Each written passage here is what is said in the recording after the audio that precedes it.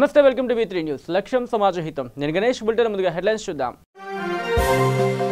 Bharat navy కొత్త chief గా నియమితులైన Karambir Singh Vizag eastern naval command లో flag officer commanding in chief గా పనిచేస్తున్న కరంబీర్ సింగ్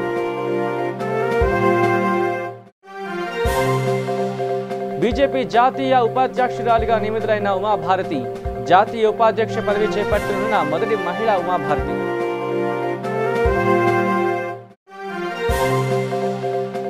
ఏపీలో ఎండలతో పాటు ముదురుతున్న రాజకీయ వేడి రోడ్ షోలతో దూసుకుపోతున్న సీఎం చంద్రబాబు నాయుడు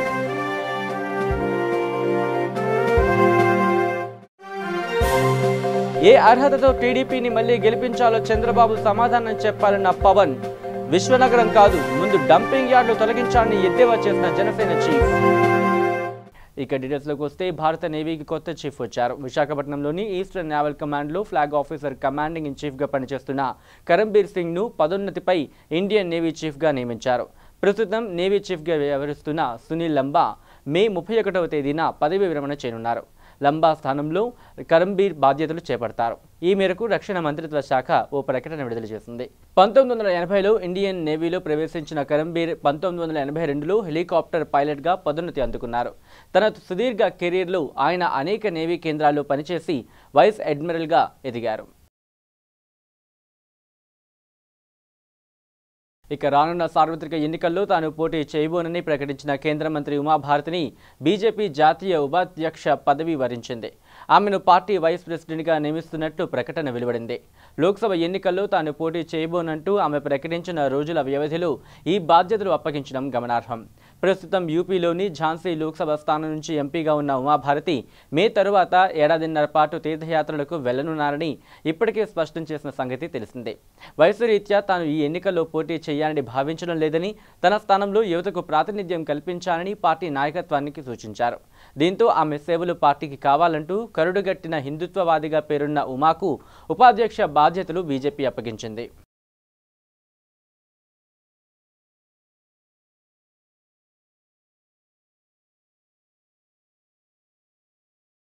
ఇక ఏపీ సీఎం టీడీపీ అధ్యక్షుడు చంద్రబాబు నాయుడు గుంటూరు ఎన్నికల ప్రచారంలో ప్రసంగించారు. ఈ సందర్భంగా ఆయన మాట్లాడుతూ శుక్రవారం నాడు పోలింగ్ పెడితే తన ఓటు కూడా వేసుకోలేని దుస్థితి జగన్దని వ్యంగ్యం ప్రదర్శించారు. జగన్ తనపై ఉన్న కేసుల విచారణ కోసం ప్రతి శుక్రవారం కోర్టుకు హాజరవ్వాల్సి ఉందని గుర్తు చేశారు. ఒక్క అవకాశం ఇవ్వమని జగన్ అడుగుతున్నారని, జగన్కు ఒక్క అవకాశం ఇస్తే మన మరణ శాసనం మనమే రాసుకున్నట్లు అవుతుందని హెచ్చరించారు. 31 కేసులు ఉన్నట్టు జగన్ ఎన్నికల అఫిడవిట్లు చూపించారని, అన్ని కేసులు పెట్టుకొని కూడా ఏమీ ఎరుగనట్టు నటిస్తున్నాడని ఆరోపించారు. దేశంలో ఇంతటి కరుడుగట్టిన నేర చరిత్ర ఉన్న నాయకుడు మరొకరు లేరని అన్నారు. ఇలాంటి నేరగాడికి ప్రధాని మోదీ కాపలాదారు అని ఎద్దేవా చేశారు. ఒక చిన్న కోడి కత్తితో ఎంత పెద్ద డ్రామా ఆడారు అంటూ చంద్రబాబు విమర్శలు చేశారు. చివరికి వివేక హత్యను తనకు అంటగట్టాలని చూశారంటూ చంద్రబాబు దిగ్భ్రాంతి వ్యక్తం చేశారు. ఇక కేసీఆర్ పైన మండిపడ్డారు బాబు. నాకు రిటర్న్ గిఫ్ట్ పంపుతానని కేసీఆర్ అంటున్నాడు. ఇప్పటికే రిటర్న్ గిఫ్ట్ కింద జగన్కు 1000 కోట్ల రూపాయలు పంపాడు. హైదరాబాద్లో ఏపీ నాయకులు ఆస్తులు అమ్ముకోకుండా విదిలిస్తున్నారు. టీఆర్ఎస్ నాయకులు మైండ్ గేమ్ ఆడుతున్నారు. కోర్టుల్లో స్టే ఉన్న ఏపీ డీజీపీ ఇంటి ప్రహరీ గోడను కూల్చివేశారు. చీకటి రాజకీయాలు, ముసుగు రాజకీయాలు వదిలేసి జగన్, కేసీఆర్, మోదీలకు ధైర్యం ఉంటే కలిసి ఎన్నికల్లో పోటీ చేయాలని అంటూ సవాల్ విసిరారు. రాష్ట్రంలో కొన్ని చోట్ల టీడీపీ అభ్యర్థుల ఎంపికలో లోటుపాట్లు ఉండొచ్చని, కానీ రాష్ట్ర ప్రయోజనాలను దృష్టిలో పెట్టుకొని టీడీపీ అభ్యర్థులను గెలిపించాలని కోరారు.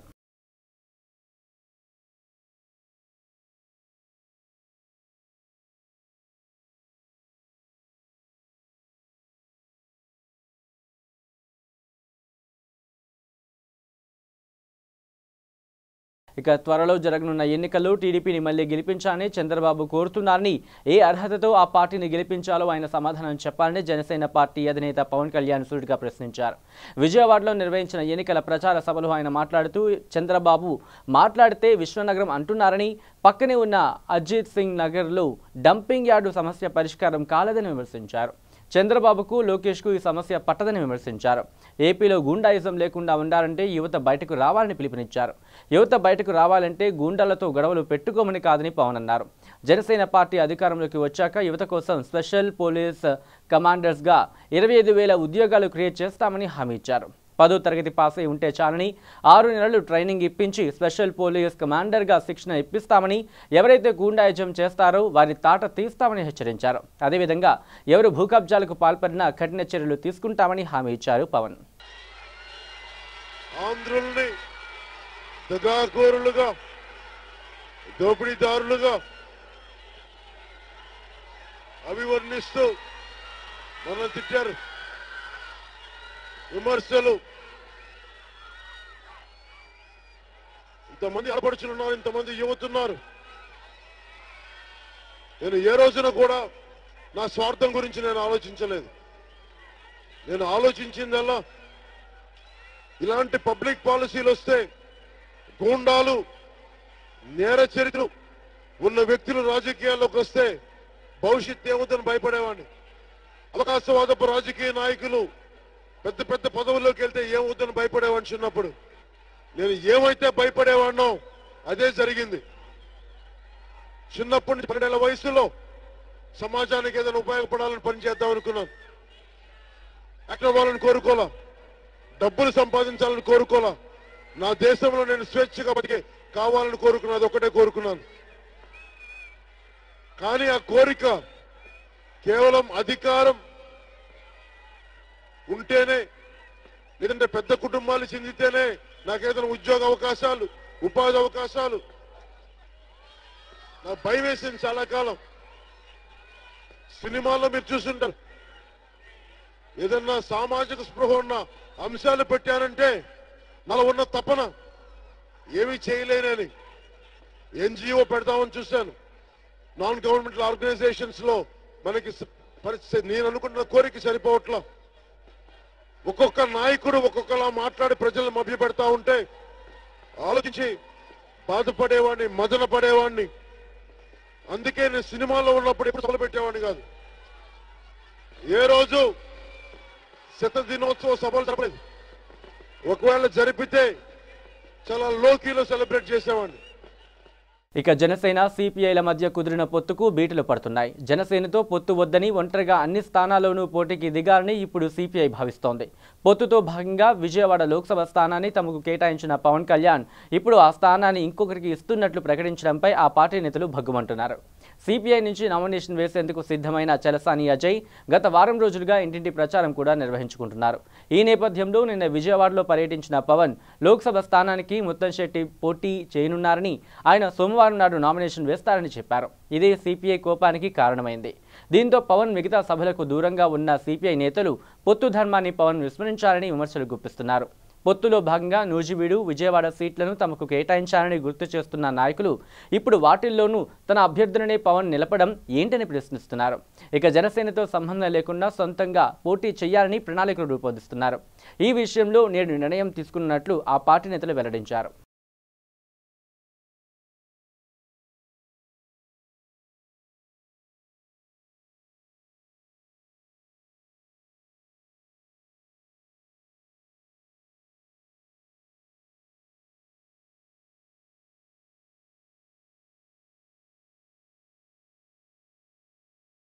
కేఏ పాల్గా చిరపరిచితుడైన ప్రజాశాంతి పార్టీ అధ్యక్షుడు కిలారి ఆనంద్ ఎన్నికల్లో నరసాపురం లోక్సభ స్థానం నుంచి బరిలోకి దిగుతున్నారు. శుక్రవారం మధ్యాహ్నం ఆయన తన నామినేషన్ పత్రాలను ఎన్నికల రిటర్నింగ్ అధికారికి సమర్పించారు. ఆయన సమర్పించిన నామినేషన్ పత్రాల్లో దాదాపు సగం భాగం ఖాళీగా కనిపించడం గమనార్హం.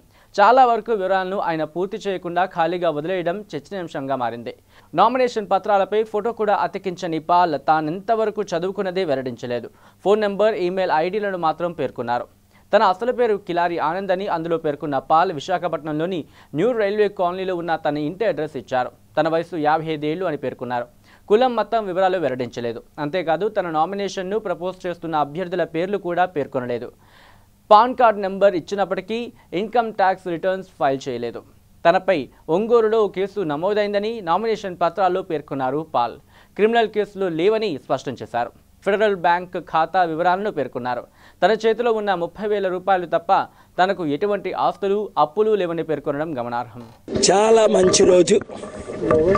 దేవుని కృపను బట్టి మీ అందరి ఆశీస్సులతో, కోట్ల మంది ప్రార్థనతో నర్సాపూర్ పార్లమెంటరీ నియోజకవర్గానికి నామినేషన్ ఫైల్ చేశాం. ఇంకొక 3 అప్లికేషన్లు కూడా ఫైల్ చేయొచ్చట, లీగల్గా చేయమన్నారు. ఇంకా నోటరీ ఎఫిడవిట్లు చేయమని పేపర్స్ ఇచ్చారు, అవి కూడా 25ని ఫైల్ చేస్తున్నాను. చెప్పినట్లుగే పాలకొల్లో అసెంబ్లీకి మరల 25ని ఫైల్ చేస్తున్నాను. గెలుపు ఖాయమని రుజువేంటి? 1000 మంది క్యాండిడేట్స్ ఒక పెద్ద ఛానల్ సహోదరు ఉంటుండగా రోడ్లు ఆపేసి తెలుగుదేశం జెండాలు ఎగరేస్తూ జై పాల్ జై పాల్ జై పాల్ మీరేటి అని అడిగితే ఆ సహోదరి ప్రజాశాంతి పార్టీ పాల్ గారిది హెలికాప్టర్ అని. మరలా వచ్చాం, జగన్ కార్యకర్తలు కొన్ని 100 మంది, అరే పాల్ గారు అయితే మీరు జగన్ కొట్టేస్తారా నాకు ఓటేస్తారా, ఫ్యాన్కా హెలికాప్టర్ కంటే అన్ని రికార్డెడ్గా ఒక పెద్ద ఛానల్ చేశారు. పాల్ గారికే అన్నారు. 3వ దారి రాబోయేసరికి నియర్ పాలకొల్ పవన్ కళ్యాణ్ ఫ్యాన్స్ అందరూ కనిపించారు. వాళ్ళు సార్ సెల్ఫీ వారేమన్నారు, వారు కూడా ఒకటే పాల్ గారు ప్రజాశాంతి పార్టీ హెలికాప్టర్. అందులో కొందరు మాత్రం భీమవరంలో ఎక్కండి తమ్ముడేస్తున్నాడు కదా అన్నారు. ఆ తర్వాత మేము వెహికల్ ట్రాఫిక్లో ఇడిగిపోతే బుల్లెట్లో ఒక ఆయన తీసుకొచ్చారు, బుల్లెట్ పంచర్ అయింది. స్కూటర్లో ఇంకొక ఆయన తీసుకొచ్చారు, స్కూటర్ స్లో అయితే బీజేపీ కార్యకర్తలు మంచి కారులో ఆపేసి బీజేపీ నాయకులు నన్ను ఇక్కడికి తీసుకొచ్చారు వారి కారులో. పార్ గారు మీరు గెలవట ఖాయం. ఎంత శుభం! Telugu Desam party, Jagan party, BJP party, Pavan party అందరూ ఇంత అభిమానంతో నాకు సపోర్ట్ చేయడం ఎందుకు? అభివృద్ధి కొరకు, ఎందుకు? అవినీతి నిర్మూలన చేయడం కొరకు. ఇప్పుడు చూడండి, ఎవరైనా రండి, హైవే బాగుంది, ఎక్కడి నుంచి తాడిపిల్లగూడెం రూట్లో, అక్కడ నుండి విజయవాడ నుంచి రావడానికి గంట. ఇక ఫీజు రింబార్స్మెంట్ విషయంలో సీనియర్ నటుడు శ్రీ విద్యా నికేతన్ విద్యా సంస్థల అధినేత మోహన్ బాబు తన పట్టు విడవడం లేదు. తాజాగా ట్విట్టర్లో సీఎం చంద్రబాబును పరోక్షంగా ఉద్దేశిస్తూ బహిరంగ లేఖను పోస్ట్ చేశారు. ఎక్కడ చంద్రబాబు పేరును ప్రస్తావించకుండానే మోహన్ బాబు తన లేఖలో తీవ్ర పదజాలంతో విరుచుకుపడ్డారు. ఫీజు రింబార్స్మెంట్ అడిగితే కక్ష సాధింపు మొదలుపెట్టాడని, ఆ గ్రేట్ అబద్ధాల కోరు గురించి చెప్పాలంటే ఓ గ్రంథం తయారవుతుందని పేర్కొన్నారు. 2013లో అధికారంలో లేకపోయినా అతడిని ఎంతో గౌరవించి తన విద్యా సంస్థల్లో నిర్వహించిన ప్రతి కార్యక్రమానికి పిలిచారని గుర్తు చేశారు. కానీ ఇప్పుడు అధికారంలోకి వచ్చాక గొప్పవాడిని అనుకుంటున్నాడని, ప్రజలిచ్చిన అధికారంతో గొప్ప అనుకుంటే ఎలా అంటూ విమర్శించారు. ప్రభుత్వం నీది కాబట్టి కొందరు జోకర్లు రంగప్రవేశం చేసి మాట్లాడుతుంటారని, వాళ్ళెవరూ కాకుండా డైరెక్ట్గా నువ్వే వచ్చాయి, ఓపెన్గా తేల్చుకుందామంటూ సవాల్ విసిరారు. అంతేకాదు తన లేఖలు అనేక వివాదాస్పద అంశాలను కూడా మోహన్ బాబు స్పృశించారు.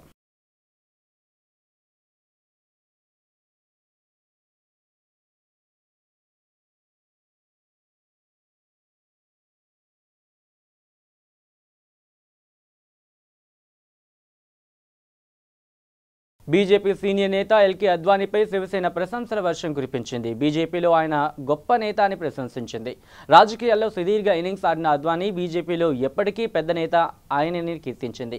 2 రోజుల క్రితం బీజేపీ ప్రకటించిన లోక్సభ అభ్యర్థుల జాబితాలో అద్వానీ పేరు కనిపించలేదు. ఆయన పోటీ చేసే గాంధీనగర్ స్థానం నుంచి ఈసారి అమిత్ షా బరిలోకి దిగుతున్నారు. ఈ నేపథ్యంలో శివసేన అధికారిక పత్రిక సామ్నాలో బీజేపీని తూర్పారబట్టింది. అద్వానీ రాజకీయ భీష్ముడు అని పేర్కొంది. ఆయనను బలవంతంగా రాజకీయాల నుంచి తప్పించారని ఆరోపించింది. ఆయనది బలవంతపు రిటైర్మెంట్ అని పేర్కొంది. బీజేపీ వ్యవస్థాపక సభ్యుల్లో ఒకరైన అద్వానీ వాజ్పేయితో కలిసి పార్టీని నడిపించారని పేర్కొంది. అద్వానీ స్థానాన్ని నేడు మోదీ, అమిత్ షాలు లాగేసుకున్నారని తీవ్ర విమర్శలు గుప్పించింది. గాంధీనగర్ స్థానం నుంచి వరుసగా 6 సార్లు అద్వానీ గెలుపొందారని, ఆ స్థానం నుంచి అమిత్ షా పోటీ చేయడం అంటే దాని అర్థం అద్వానీతో బలవంతంగా రిటైర్మెంట్ ప్రకటించడమేనని సామ్నా పేర్కొంది.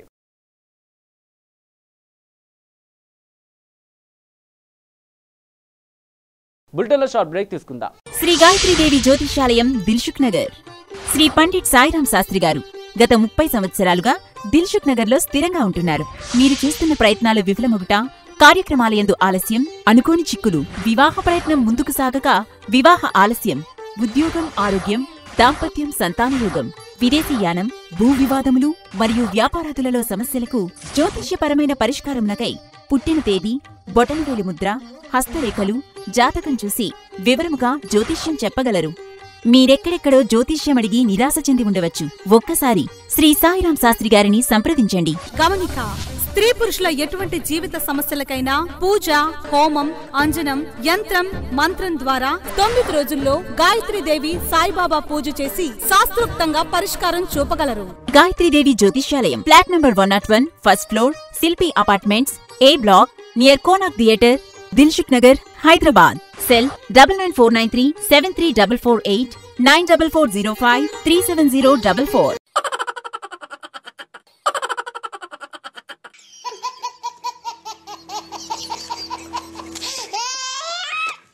గిలిగిలిగా ప్రతిరోజు ఉదయం 11 గంటలకు, తిరిగి రాత్రి 9:30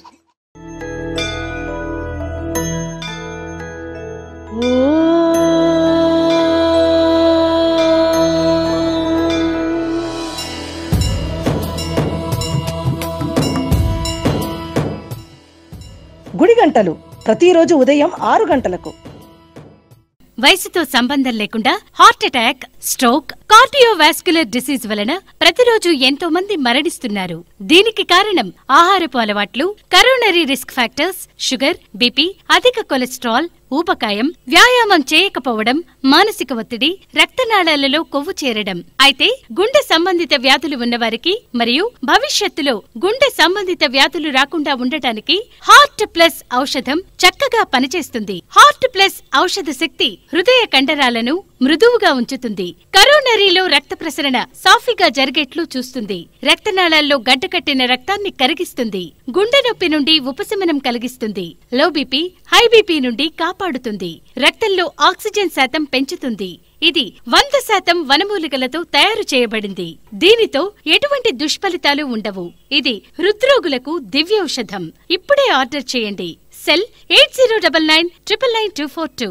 welcome back to V3 news. ఇక చంద్రబాబుని తానెంతో నమ్మానని, ఆయన తనను ఎన్నో ఇబ్బందులు పెట్టారని ఇటీవల వైఎస్ఆర్ కాంగ్రెస్ పార్టీలో చేరిన జూనియర్ ఎన్టీఆర్ మామ నారాయణ శ్రీనివాసరావు వ్యాఖ్యానించారు. ఓ ఛానల్కి ఇచ్చిన ఇంటర్వ్యూలో ఆయన సంచలన వ్యాఖ్యలు చేశారు. చంద్రబాబు సొంత సోదరి కూతురుని తనకు ఇచ్చి వివాహం చేశారని గుర్తు చేసుకున్న ఆయన, చంద్రబాబే దగ్గరుండి పెళ్లి చేశారని, నాటి నుంచి ఆయన్ని చాలా దగ్గరగా చూశానని, తననే చాలా ఇబ్బందులు పెట్టి కష్టాలు పెట్టారని, అవి ఏంటన్నది తాను ప్రత్యేకంగా చెప్పలేనని అన్నారు. ఇప్పుడు ఏదైనా మాట్లాడితే తాను తప్పు మాట్లాడినట్టుగా వస్తుందని అన్నారు. తనను ఆర్థికంగా కుంగదీయాలని చంద్రబాబు చూశారని, అయినా తాను లొంగకుండా పైమెట్టు మీదనే ఉన్నానని చెప్పారు. చంద్రబాబు కుటుంబంలో తనతో పాటు ఆర్థికంగా మంచి స్థితిలో ఉన్న వ్యక్తి ఒక్కరు కూడా లేరని అన్నారు. సొంత చెల్లెళ్ల ఇంట్లోనే దీపం పెట్టలేని ఆయన ఆంధ్ర రాష్ట్రంలోని డ్వాక్రా అక్క చెల్లెమ్మల ఇళ్లలో దీపాలేం పెడతారని నిప్పులు చెరిగారు. తాను భువనేశ్వరి బాలకృష్ణే తన కుటుంబమని ఆయన అనుకుంటున్నారని, తండ్రిని, తల్లిని, వారి తోబుట్టువులను, తన సొంత తమ్ముడు, 2 చెల్లెళ్లను ఆయన మరిచిపోయారని, వారు ఎక్కడున్నారన్న విషయాన్ని పట్టించుకోవలేదని ఆరోపించారు.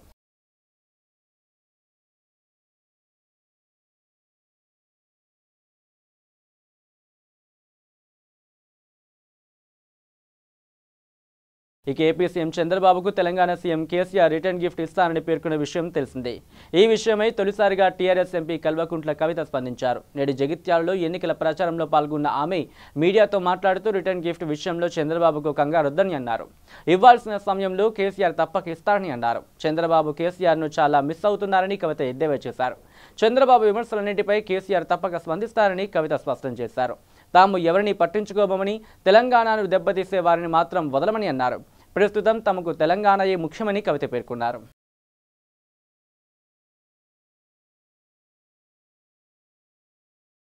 ఇక కర్నూలు జిల్లా పత్తికొండలోని ఈవీఎం కేంద్రాన్ని జిల్లా కలెక్టర్ సత్యనారాయణ పరిశీలించారు. జిల్లాలో ఎన్నికలకు సంబంధించిన అన్ని ఏర్పాట్లు పూర్తి చేస్తామని అన్నారు కలెక్టర్.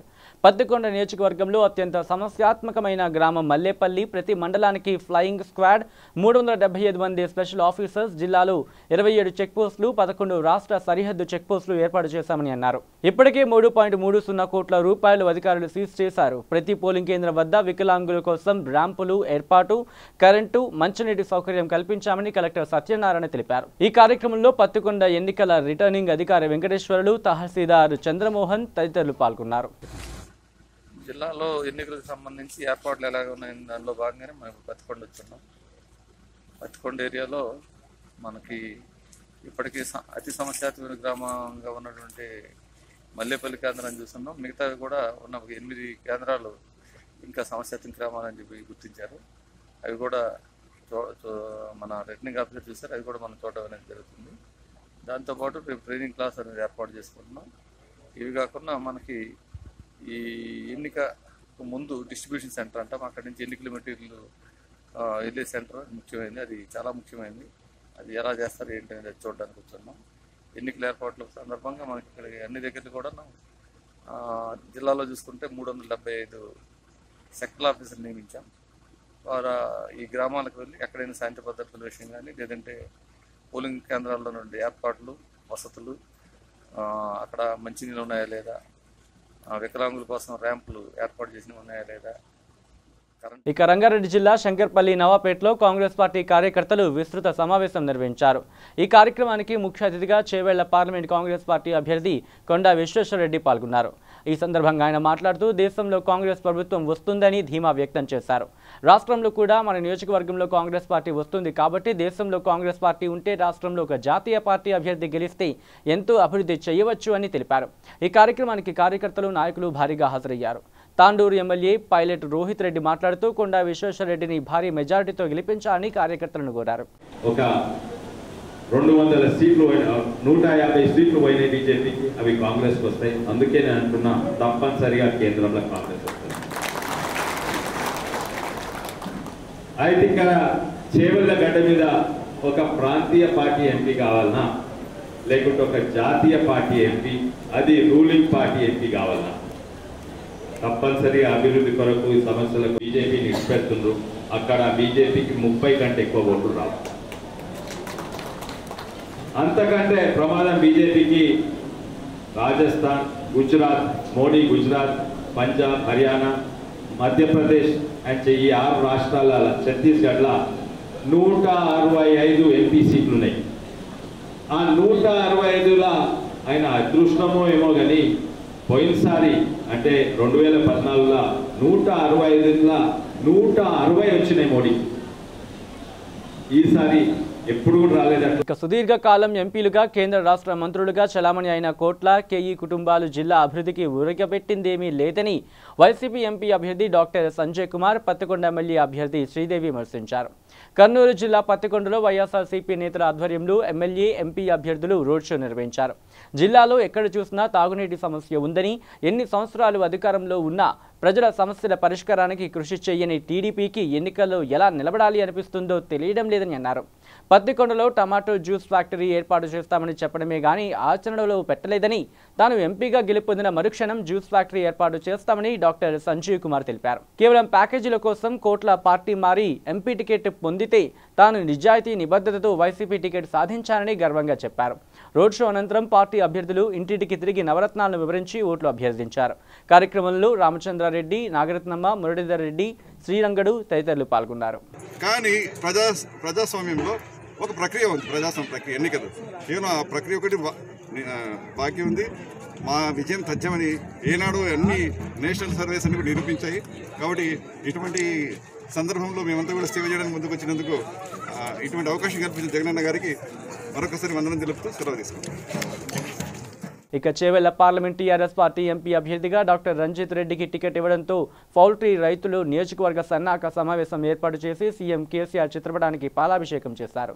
ఈ సందర్భంగా poultry federation state president Errabelli Pradeep Rao మాట్లాడుతూ పౌల్ట్రీ రైతులను గుర్తించి రంజిత్ రెడ్డికి ఎంపీ టికెట్ ఇవ్వడంతో కేసీఆర్ కు ధన్యవాదాలు తెలిపారు. ఎంపీ అభ్యర్థి రంజిత్ రెడ్డి మాట్లాడుతూ తనపై నమ్మకం ఉంచిన సీఎం కేసీఆర్ కు చేవెళ్ల స్థానంలో టీఆర్ఎస్ పార్టీ విజయం సాధించి బహుమతిగా అందించాలని కార్యకర్తలను కోరారు. జై కేసీఆర్, జై తెలంగాణ, జై రంజితమ్మ, జై తెలంగాణ, జై తెలంగాణ.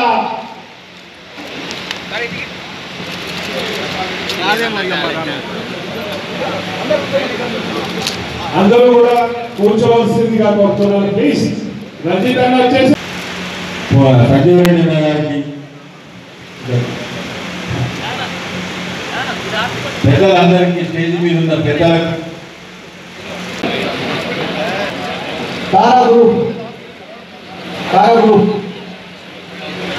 శ్రీ కృష్ణారావు గారు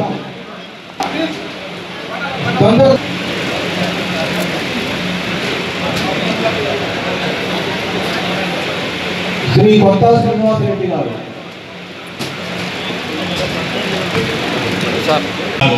ఎందుకంటే నేను చాలా దగ్గరగా చూసాను కేసీఆర్ గారిని. 2004 నుండి ఆయన పడ్డ శ్రమ కష్టము, ఎంతోమంది నవ్వుల పాలైనా కూడా అన్నీ ఎదుర్కొని తెలంగాణ తెచ్చాడు. ఆ 14 years ఎంత కష్టపడ్డారో, ఆ 14 years కూడా లాస్ట్ 4.5 years అంతకంటే రెట్టింపుగా కష్టపడ్డారు. ఎందుకంటే తెలంగాణ వచ్చిన మనం సమరాలు చేసుకుంటూ ఉంటే ఆయన కడుపు నిండలేదు అప్పటికి. దీనికి డైరెక్షన్ ఇవ్వాలి, లేదా అందరి పాలు నవ్వుల పాలైపోతాము. చాలామంది నవ్వుకున్నారు అప్పుడు, ఏం చేస్తారేమో అని. కానీ దానికోసం క్షుణ్ణంగా ఆలోచించి విషయాలు చెప్తూ దానికి ప్లానింగ్ చేసి బంగారు తెలంగాణ తెచ్చారా లేదా అనేది ఇంపార్టెంట్. 29 రాష్ట్రంగా ఏర్పడ్డ మన తెలంగాణ రాష్ట్రం ఒక ఆదర్శ రాష్ట్రం. లేట్గా వచ్చినా లేటెస్ట్ వచ్చినట్టు కేసీఆర్ గారు చేసిన ఎన్నో పథకాలు యావత్తు దేశంలో ఎంతోమంది వేరే మంత్రులందరూ మన రాష్ట్రానికి వచ్చి చూసి ఇవన్నీ ఆదర్శనీయం ఆదర్శప్రాయం అని చెప్పి ఎలా ఇంప్లిమెంట్ చేయగలిగారు అని చూసి వాళ్ళు వెళ్ళి ట్రై టు ఇంప్లిమెంట్ చూసినా కూడా ఎన్నో రాయితీలు ఇచ్చి మనకు అండదండగా ఉన్నారు. అడగగానే వెంటనే మనకు ఎలక్ట్రిసిటీ సబ్సిడీ ఇచ్చారు. అభ్యర్థిత్వాన్ని మద్దతు పలికిన అక్కడ ఉన్న ఎమ్మెల్యేలు, మాజీ ఎమ్మెల్యేలు, నాయకులందరికీ కూడా పేరు పేరున నా కృతజ్ఞతలు.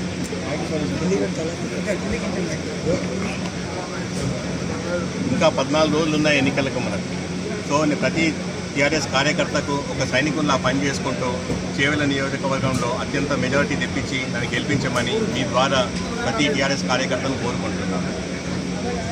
చేవెళ్ల ప్రజానీకాన్ని నేను చెప్పుకునేది ఏంటంటే, నేను గెలిచాక మీకు అందుబాటులో 24 గంటలు ఉంటానని చెప్పి, మీ కంటికి రెప్పలా మీ అందరినీ చూసుకుంటానని చెప్పి, మీకు ఇప్పుడు వాగ్దానాలు కాకుండా నా మనస్ఫూర్తిగా మీకు ప్రజాసేవ చేయాలనే వచ్చాను. కాబట్టి మీ గొంతుకనే నేను పార్లమెంటు మనకు రావాల్సిన నిధులు తెచ్చి మన కాన్స్టిట్యున్సీ అభివృద్ధి చేస్తా అని చెప్పి వీళ్ళ ద్వారా మీకు తెలియజేయబడుతుంది. జై తెలంగాణ. ఇక కర్నూలు జిల్లా ఆలూరు నియోజకవర్గం పరిధిలోని అనేక గ్రామాలకు చెందిన 250 కుటుంబాలకు చెందిన వారు తెలుగుదేశం పార్టీని వీడి వైఎస్ఆర్సీపీలో చేరారు. జగన్ ముఖ్యమంత్రి కావాలని ఆకాంక్షిస్తూ వీరంతా పార్టీ కండువా కప్పుకున్నారు. ప్రస్తుత ముఖ్యమంత్రి చంద్రబాబు నాయుడు అనేక హామీలు అమలు చేయలేదని వారు ఆగ్రహం వ్యక్తం చేశారు.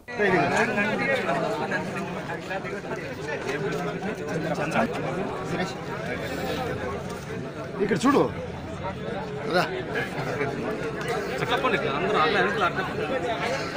అట్లా యువతలు పోతాను మరి, ఇట్లా దొబ్బుతాను మరి.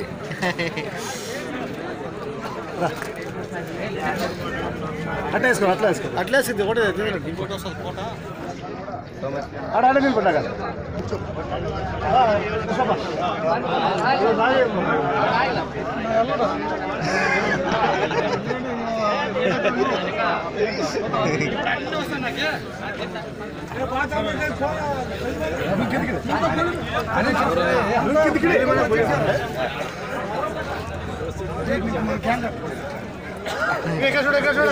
చూడనా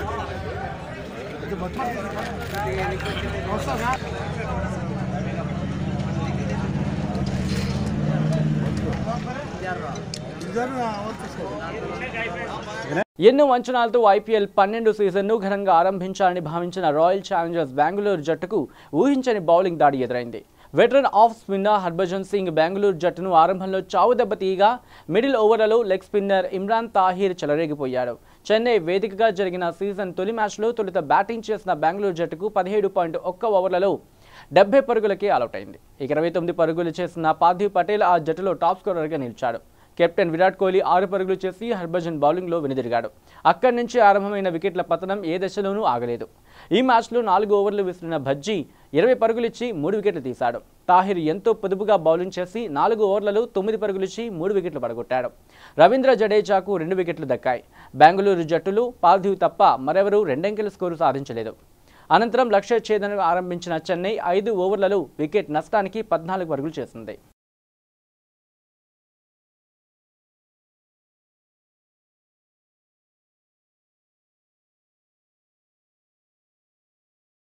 ఇక బులెటిన్ ముగించే ముందు హెడ్లైన్స్ మరోసారి చూద్దాం. భారత్ నేవీ కొత్త చీఫ్ గా నియమితులైన Karambir Singh. Vizag eastern naval command లో flag officer commanding in chief గా పనిచేస్తున్న కరంబీర్ సింగ్.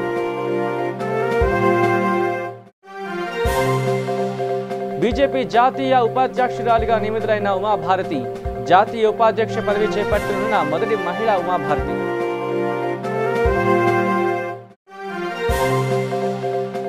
ఏపీలో ఎండలతో పాటు ముదురుతున్న రాజకీయ వేడి, రోడ్ షోలతో దూసుకుపోతున్న సీఎం చంద్రబాబు నాయుడు.